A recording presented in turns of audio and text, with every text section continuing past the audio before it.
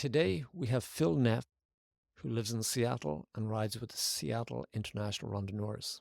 His first brevet was in 2021. Phil has an excellent write-up of his 2023 PBP experience. I will add the link in the description. Phil, thank you so much for joining us from the Pacific Northwest. Okay, Thank Peter. Yeah, thanks for inviting me. cool. My first question, always the same. What does completing PBP mean to you? Well, completing PBP to me really means that, I had the opportunity to participate in what is like essentially the most historic cycling event that amateurs can be a part of in the world. And that's what really um, was the like allure of PBP for me. Cool. And when you reached that finish line, was it immediate satisfaction? Um, in like the immediate moment of satisfaction, yeah, I was like all smiles and, thumbs up and was greeted at the finish line by, I think Cesar mentioned this as well, Jan from Seattle International Randonneurs, who Yeah, had, was not able to ride because she had a accident like the day before, but was, greeting people at the finish, and it was really great to see a friendly face. And so that part was great, getting the medal. And then after that, uh, the reality sets in of like, your whole body hurts. You're sleep deprived. yeah, You have to go over to the other side of the bergerie to pick up your drop bag. If you did that, then you have yeah, to come back. And my issue was that I didn't have a plan for the finish, yeah, so I didn't have a hotel in Rambouillet. I was staying yeah, 35K, yeah, out from Rambouillet. And so, I wasn't hungry, so I skipped yeah, the meal tent. I didn't want to wait in line, but I used the showers, which were just like a trickle of yeah, pretty nasty. And then I was just like had all my kit exploded out on the lawn, and I yeah, was kind of frustrated and like uh aggravated until I was able to, gather myself, get, everything back together. And when I really felt the sense of accomplishment was when I joined the other Seattle Randonneurs folks out on the patio of the Hotel Mercure, which was yeah.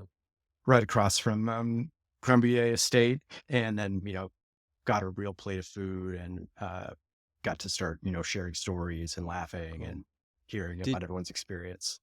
did you fly back to Seattle pretty quickly after that time, or you spent more time in France?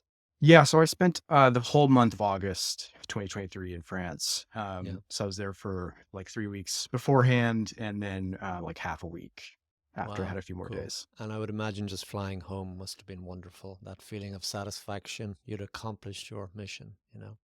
Yeah, I was ready to come home after a Okay. month. I can imagine. Okay, cool. All right, let's go back to the start. Tell me about your background in cycling, things like what is your earliest memory of biking, etc. Yeah, so I got my first bike, I guess, probably when I was in kindergarten. Like a little red Huffy with training wheels, and rode that around the neighborhood, and then later would ride. We lived in like sort of semi-rural area when I was in middle school, high school, and I would ride like, a mile or two to a friend's house on the side of the road. But yeah, and then since then, I don't drive. I don't have a driver's license, so it's Okay. always been my Yeah. primary means of uh, transportation. Yeah. But there were a few years, so I lived abroad for a few years and didn't cycle really at all. Yeah. And I had bad back problems for a number of years, and so really Okay. wasn't cycling too much. Um, and really started getting back into it. I think like a lot of folks through the height of the COVID pandemic, Yeah. when I was doing like all my commuting and all my grocery shopping by Yeah. bike. And I really resolved, I'm going to bike through the rainy, cold Yeah. Seattle winter. Um, and so the first thing I did was, invest in some nice wool kit. Yeah. And then I realized, oh, my kit is more expensive than my old hand-me-down road bike. So I Yeah. started, researching bike options, and I learned about R&E Cycles Rodriguez Okay. here in Seattle, which is a builder that's been around since the 70s, and builds up all their own bikes in the basement of a shop, like Yeah. a mile and a half from my apartment. And I was just really So cool. taken by that idea of getting a bike Yeah. built in my neighborhood. And am I right in saying, Phil, you got the bike before even thinking about PBP? It was more like a pandemic thing. You want to start riding again. Yeah, that's right. I was interested in commuting and like long distance touring. I'd done like some bike camping tours and stuff. Yeah. But I didn't know anything about randonneuring. I'd never heard of randonneuring. And it was really, well, I was like the 13, 14 weeks of waiting for my bike to Yeah. get built, that Yeah. I was just like reading everything I could about bikes. And I picked up Bicycle Quarterly. That was where I first heard about randonneuring. And Yeah. it blew my mind that people would ride Yeah. these kinds of distances. And so I started looking into the Seattle Randonneurs. Yeah. It's amazing how people end up at PBP. There's all these different paths. I think a very popular one is um, Bicycle Quarterly. I get that right? And that's obviously local to you, Jan Hein, and all that is there. And have you actually met him since? Yeah, Jan, did all of his PvP qualifying rides with Seattle Randonneurs. Yeah. So saw him a number of times through 2022 and 2023 Looks that like he's he might be around. quite fast. Am I right? He's a fast guy. Okay. I've never He's, ridden with him yeah. for more than Yeah. like the first 10, 15 minutes of a ride. The fast guys Yeah. go up ahead and you see him at the finish, maybe. That's cool. So then you get your bike. It's like Christmas and you're 12 years old all over again. And is Yes. it instant love? Yes and no, actually. Yeah. It was really the bike that opened up longer distances for me. I just, was loving riding it, Yeah. and was like regularly riding like 100K rides just for fun and training, which have been like beyond my previous limit. Um, what I didn't realize was, I was having pretty bad shoulder pain Okay. during longer rides, and I thought, oh, this is just like my form. I need to get better, at riding. I have a brand new custom bike. It can't Completely. be the fit.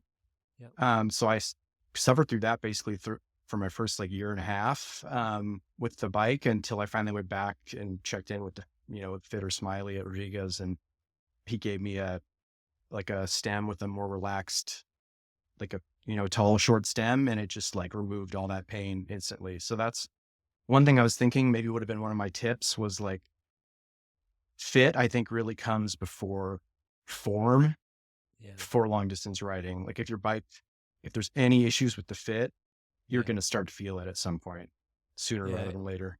I always think it's a funny one because, most rides we do are less than 100K, just regular rides. But then to really understand if fit is good or bad, you have to do hundreds and hundreds in one ride. So it's always a tough one to figure out. Yeah.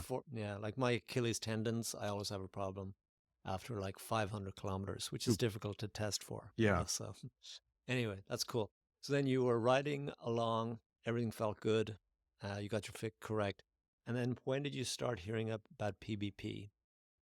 Um, well, yeah, it must have been in, between Bicycle Quarterly and just chatter at Seattle Randonneurs Yeah, folks. That's always the topic of conversation, especially yeah, in the years as like PvP approaches. And what really made me like take the plunge, like I think I can do this, was Bicycle Quarterly ran a series of articles that was like the road to PvP or the path to PvP or something, yeah, just like, tips and history. Uh, and I was reading those and I was like, all right, I'm like 2 or 3 steps down this path yeah, already. Like I might as well just go for it. yeah. And did it seem daunting at that point? Oh yeah. Like, yeah, like it doesn't make sense at all, does it? I guess I'd maybe so I did my first full season with Seattle Randonneurs was 2022, and I Okay. ended up doing a full SR series that Wow. year.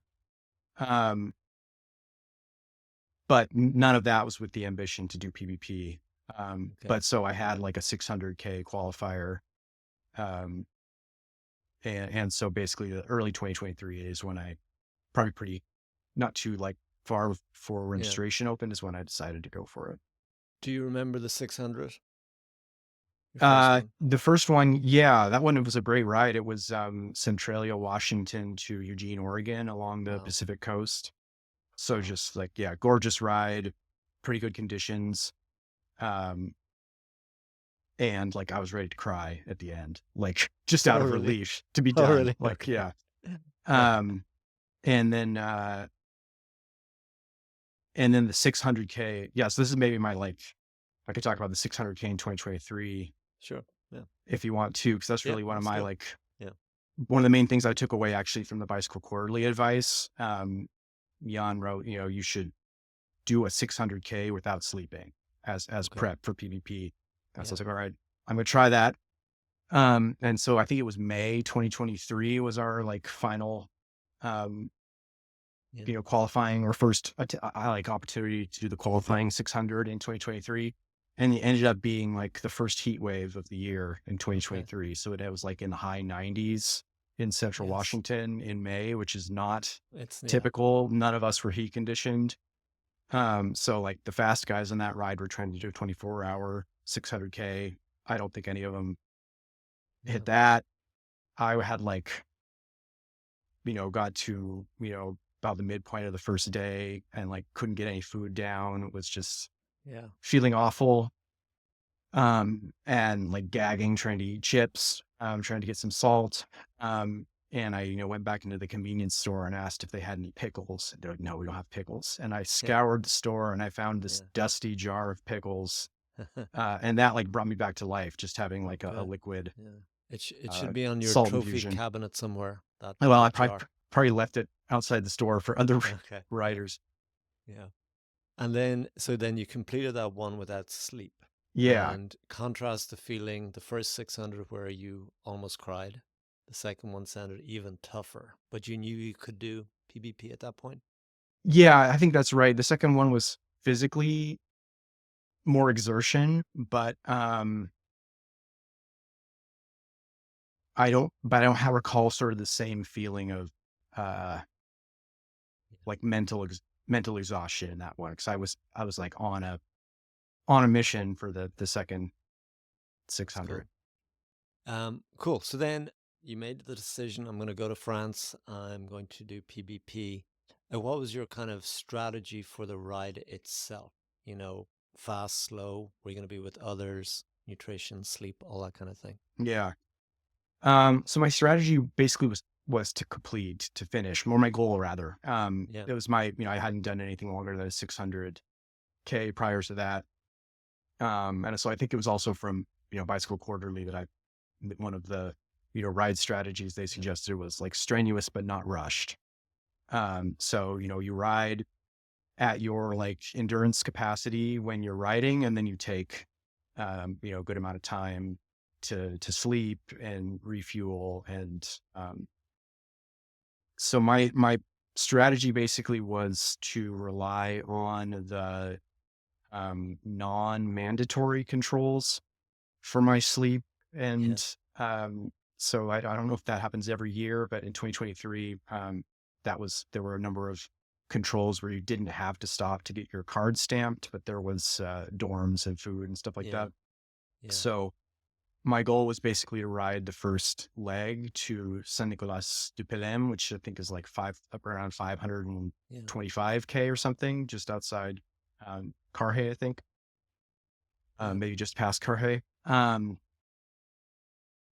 And uh, and then on the way back, similarly stop in Kodiak, which was also a Yeah. Yeah. non-mandatory control. Like my sense was just from your write up, it really looks like you spent a lot of time thinking and educating yourself about, giving yourself the best chance essentially of finishing.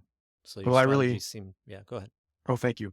No, I really have the benefit and the fortune to be able to be part of a club like Seattle Okay. Randonneurs, Yeah. which, even among just like active members has hundreds, if not Yeah. yeah, hundreds of PvP finishes, Yeah. even just in like the folks who are riding Cool. now, like, so lots of Yeah. opportunity to learn from other people's experience and get Okay. tips. And Yeah. And Phil, so actually, let's just talk a little bit about the logistics of getting to France, because you did something a little bit unusual. You got there 3 weeks before the start, which probably was a really good thing. Tell me more about that. Yeah. So, I mean, I had a bunch of vacation time saved up, um, and, have some, friends a friend who's, French and, he and his partner were going to be in France at the beginning of August. So that was part of the motivation, was to, spend some time with them at the start. Um, but I've gotten a little bit better about this, but I really don't like planning Oh, trips, and really? I'm pretty, Yeah, bad solo traveler. Like, I just like yeah, to be in one spot and stay there and like explore that really thoroughly. So basically, like, early on, I was kind of overwhelmed by the logistics, honestly. So I just found, all yeah. right, here is a like garden cottage for rent for the month of August. I'm going to pull the trigger on this. And maybe I did it in like Nice. February or something. And then I Yeah, don't have to think about it. Like, I have a place smart. to Yeah, stay. smart. Yeah, Somewhat smart. yeah. What's not smart is being, 35K out from Rambouillet. Okay. Uh, like, when you're trying to conserve energy the week before, and then it turns out you have to like commute into Rambouillet 3 days in a row for like Yeah, the club photo, and then for yeah. registration, Wow. um, and then at the end of the ride, which, we could talk about more Yeah, later. But otherwise, it's lovely to be in France for an extended period of time. I got to do some really nice rides, like yeah. in the vicinity, and going to, Paris. And also, like, the French summer holiday is a real thing, especially in like Yeah. a more suburban area. Like, I showed up and my hosts were like, all right, we're going to be on vacation for the whole month. You won't see us. It's too bad. Like, the town bakery's closed. I was like, what? Uh, but like, the Yeah, bakery at least opened up again after the first week. But like, yeah, there was yeah, nothing to do in the town I was in. yeah. But like, walk around and bike and Were you concerned that, you didn't want to ride too much? One, maybe you didn't want to overtrain. Two, you didn't want to crash or something. Was yeah. that part of your thought process or not? Yeah, and just the again, like, the advice I'd heard of going into 1200K is to like spend some time off the bike, be like fully recovered, and be like ready and raring to go. Like, Yeah. but yeah, when you have to commute to the start, that's not And an Phil, option. do you speak French at all? The bare minimum. Okay. So Yeah. did it help those 3 weeks or not? It wasn't that great for 3 weeks. Yeah. But it really was nice during PBP. Yeah. And yeah, that was like one of my, that, like, everyone talks about how lovely Yeah. the support is, and the spectators and the Yeah. camaraderie among riders. And that's just like Yeah. Well, at least with true. being there 3 weeks in advance, you knew your bike was only 35K from the start. Like you had actually removed a lot of the things that could go wrong, you know? Yeah, exactly. I didn't have to have any stress about like whether my bike was going to show up. Yeah. Um, yeah, if I'd had mechanical issues, I could have, figured out how to get to a Yeah. shop.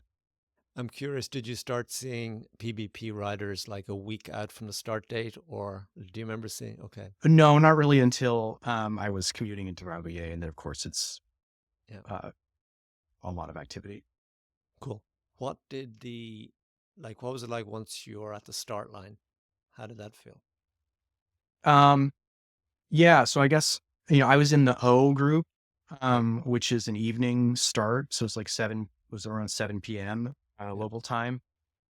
Um, and for some reason, I commuted into PBP just the morning of that day. I don't know if I had to if there was some reason for that, or if I just wanted to Yeah. be at Rambouillet. So, I was starting with, I'd been up all day. Yeah. Um, but I, tried to take it easy and like rest a little bit on the grass, but like, you're amped up, like, Clearly. um, but, just, I just, once you join the wave, like, it started, you're on the roller Yeah. coaster, and you Yeah. just start moving forward. And Would you recommend in general getting there? Maybe you had to be there, but if your departure, I think it was 7:30, I remember reading. Mhm. If you had to do it again, would you try to maybe get there later? Arrive in Rambouillet later. Yeah. I mean, I think the thing I would do differently overall in terms of logistics would be at least stay, like, it's worth basically almost whatever you have to pay. I mean, maybe, just with Yeah. some Yeah. limit to be in Rambouillet at least the night before your start and at Yeah. least the night of your finish or the day Yeah. of your finish. Like, unless you have someone who could like Yeah. help bundle you into a train or a car at the, the Yeah. end. It's just, Cool. that So would be what I then would do differently. the O waves got going. Tell us about the ride itself.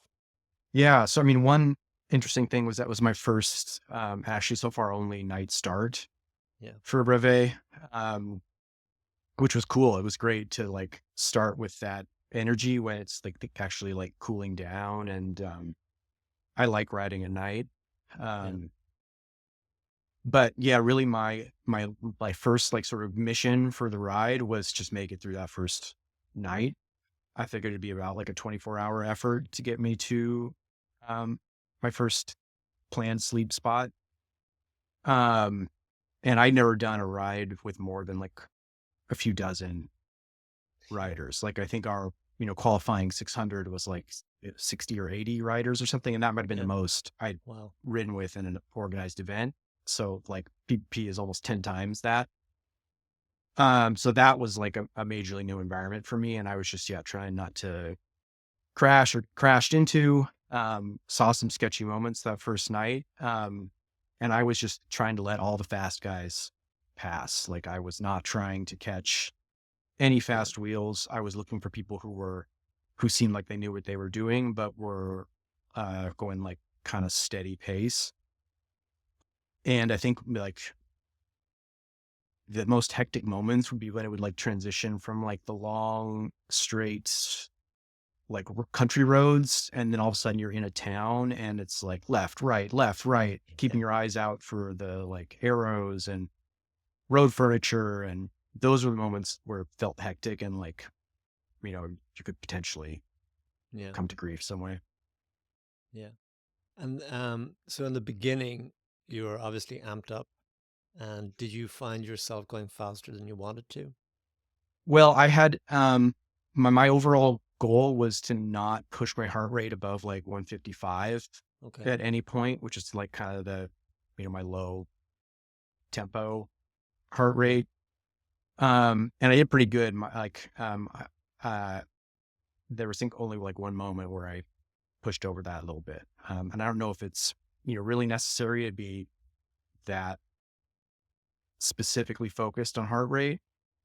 Um, but that was just sort of my like reminder to myself to not push it too hard, Cool. because yeah, it's exciting. People are zooming and, you could easily, crack yourself Completely. in those, like the first 200, 300K. Yeah. Yeah. And maybe was the first few 100K as you imagined it would be in general? PBP, was it different? Oh no. Yeah. That was the, but like, one of the parts, like the glorious part of the experience is like Yeah. riding through a otherwise deserted town at 3 a.m. and there's like a Yeah. grandmother on the corner clapping for Yeah. you, or like, Amazing. the kids yelling out like, Yeah. "Ale, ale," like that's just, your heart swells. That's so cool. So Yeah. then you get to the first sleeping place, I think, and you was it about 350? Is that what you said? I think 550, yeah, Wow. So something like that. Yeah. so your plan was then to go that distance without sleeping, right? Yeah. Most of the way to Brest, but not Brest itself. Cause I had like heard that it was just a hectic spot to stay. So Cool. And for it actually then it worked out that yeah, first 550. that first sleep, and that first like, yeah, bit went basically Yeah. according to plan. I was like, solo, but grouping up with different people and chatting and, uh, you know, taking it relatively easy. Yeah. Um, and then, yeah, the first stop, food and sleep was readily available. Got like 3-ish hours of sleep. One of the things I actually noticed, when I was reviewing my, you know, stats before this was, my finish time was just under 86 hours. I spent 30 hours off the bike, um, It's crazy, isn't on, it? on that ride. A Yeah. whole And, day and, a quarter. Yeah. yeah. And that got me like about 10 or 11 hours of solid sleep. Yeah. Yeah. I always think it's funny because the amount of people that end with around 55, 54, 56.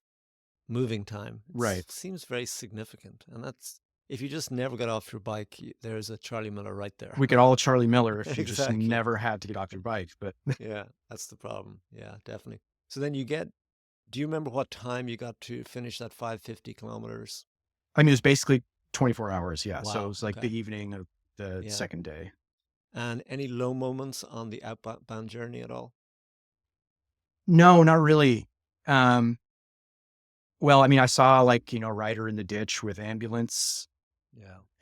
that was, Yeah, it's a low moment for them, maybe. Yeah. yeah, that was like Yeah. a, real like reality check. I also saw a Seattle rider who'd gotten into a crash and was like bloodied, but like they were still going with a broken wheel.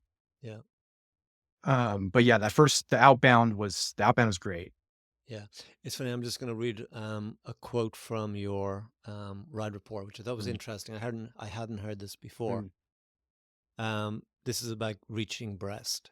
I've been warned by experienced riders to consider the return route to be worth at least twice the effort of the way out, both physically and psychologically.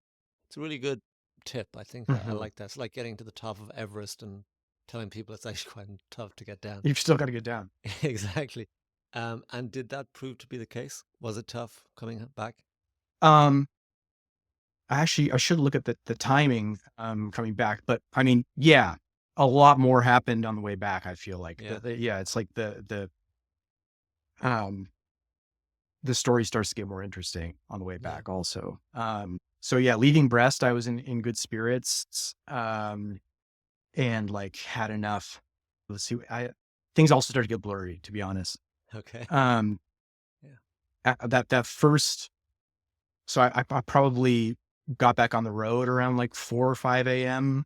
Um, after my first sleep. And that was when we climbed the major climb in Carhay. Yeah. The name is going to escape me at the moment. Me too. Yeah. No idea. But like that was kind of hectic. A lot of people, taking up the whole road. I was climbing pretty good, and so was trying to pass people, but actually it was on the descent. I was trying to pass in the opposite lane, and like out of nowhere, a semi truck appears, and I had to Wow. come. Yeah. Like people take up the whole road on They PvP. do. You just got to be prepared for that.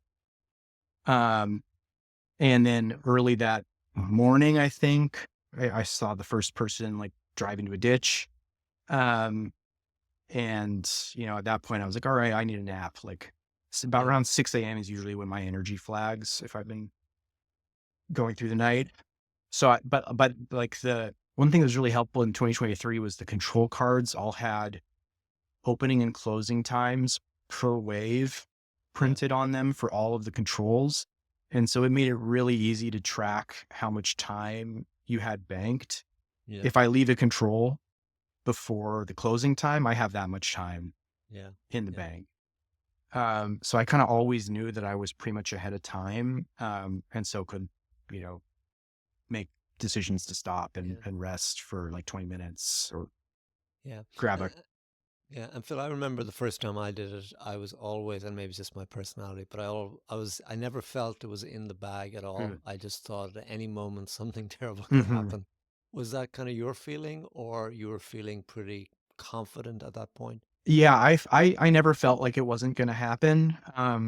But I did super over prepare. I had a full like touring kit of like supplies for every Yeah. possible mechanical that I never had to touch. Right. Yeah. That's probably like five, I don't know if it's 5 pounds of like, yeah, I don't ride light. Yeah. Um, but yeah, I felt confident throughout. Yeah. And I think, when you started getting tired, you just mentioned it there around 6, and was that a ditch nap you took somewhere? I found a picnic table, in like a pull off and yeah, Yeah. slept on a picnic table. Great. So yeah, when things started to get like a lot more ragged on the second Okay. sleep stop, Yeah. it was maybe around, it's back in Kodiak. Yeah. I don't know what the cumulative kilometers for that would be, but, Yeah. the third night I showed up there and got some good food. but there was just a long line for the sleep and for the Yeah. shower, or what felt like long line. And I was just exhausted, like carrying all my bags. Like anytime you're on your feet Yes. is bad. That's like worse. That's Yeah. that's worse than cycling. Like Yeah. if you're sitting down or lying down, that's good. If you're Yeah. cycling, that's good. If you're on your feet standing, Something's gone that wrong. feels awful. Yeah. And so Yeah. I'd paid for sleep and shower, and the line wasn't moving. I probably only waited like 2 minutes, but I was like, Yeah. screw this. Yeah. And I went back out of the parking lot and, I ditch napped in the parking lot. And Okay. that was a moment where I was like, actually, like, if this goes badly and I don't sleep well, this might be a really bad decision. Okay. But I slept like the dead for 3 hours and That's felt wonderful. good, Yeah. felt okay to continue when I got back up.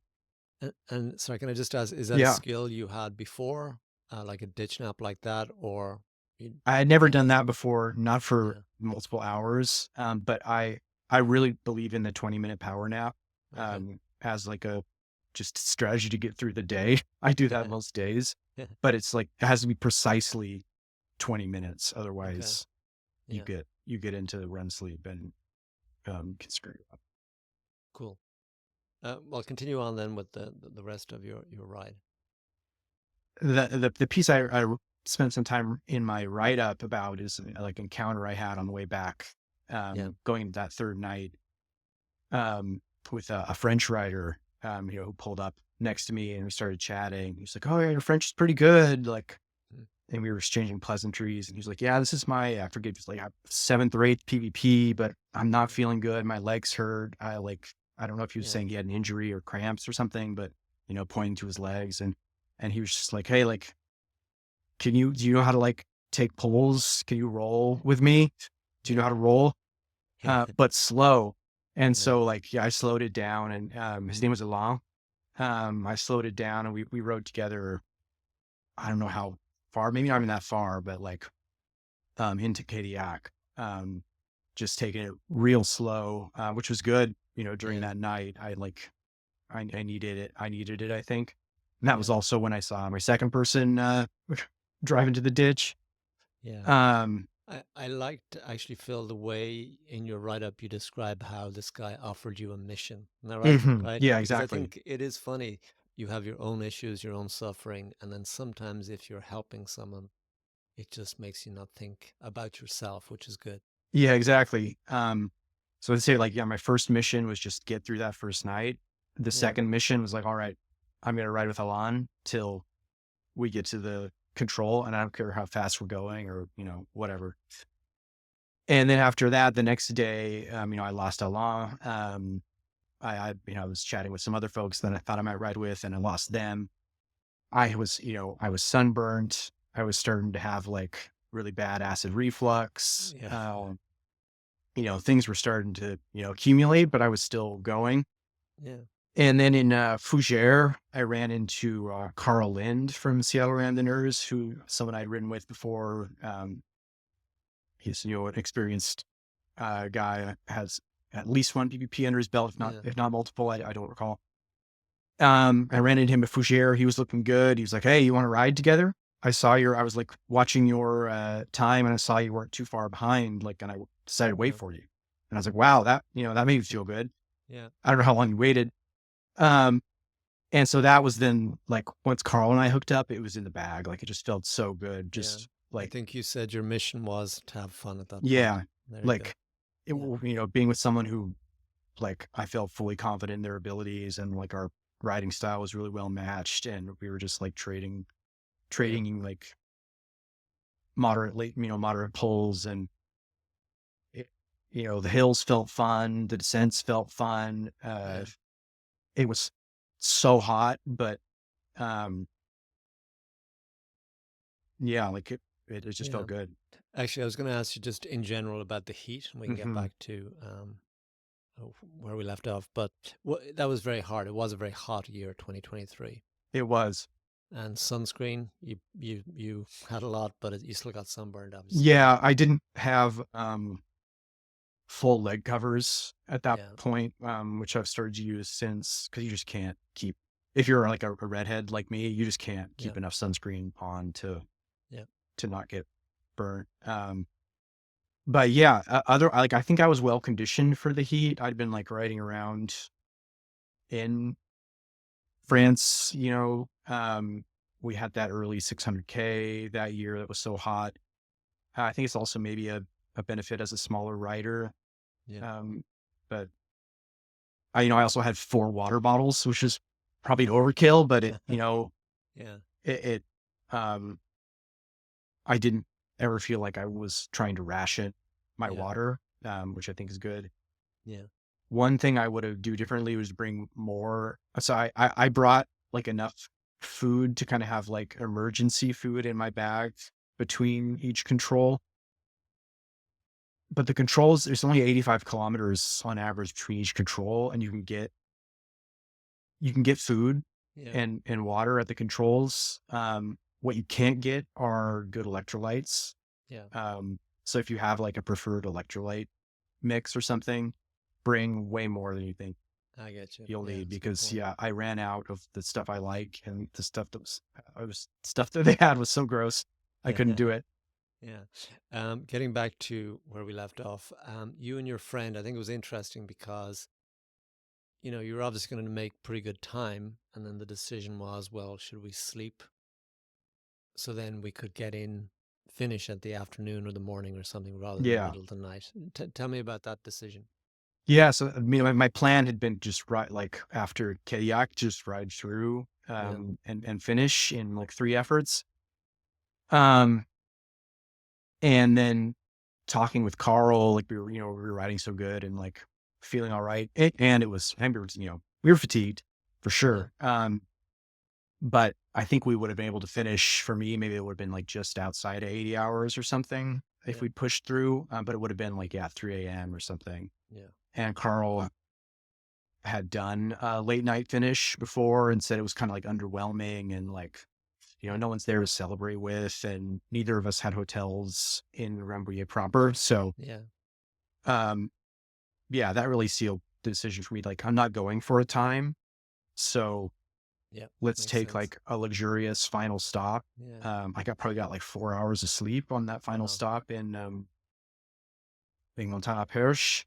Yeah. Uh, and it just made us like, we were so fresh and ready to finish like the Yeah. last And what did the 175K or next so. morning feel like then? It must have felt really good because you were pretty sure you were going to finish. I think, what was it, 100 kilometers or something? Yeah. Yeah, it was like 175 kilometers Oh, okay. Yeah. left to go. And yeah, it felt great. We just cracked it out. Like, there's some like long climbs in that Yeah. last section, and it felt like everyone else, with some exceptions, was like standing still, and we were just Yeah. Cool. zooming.